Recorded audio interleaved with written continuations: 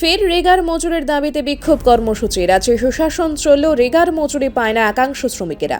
রেগা মজুরির দাবিতে সোমবার গন্ডাছড়া আমবাসা সড়কে নেমে বিক্ষোভ প্রদর্শন করে শ্রমিকেরা। এদিন গন্ডাছড়া আমবাসা সড়কের তারাবন কলোনি এলাকায় উত্তর গন্ডাছড়া এডিসি ভিলেজের রেগার শ্রমিকেরা বিক্ষোভ প্রদর্শন করে। তাদের বক্তব্য, 40, 50, 60 দিনের প্রাপ্য মজুরি বকেয়া শতাধিক পরিবারের। কাজ করে টাকা না পেয়ে খুবই কষ্টে দিন যাপন করতে হচ্ছে তাদেরকে। তাই বাধ্য হয়ে তারা আজ বিক্ষোভ দেখায়। 2023 অক্টোবর, নভেম্বর, ডিসেম্বর থেকে প্রায় আমরা 4-5 মাস ধরে কাজ করতেছি। রেগার টাকা এখনো দেয় না।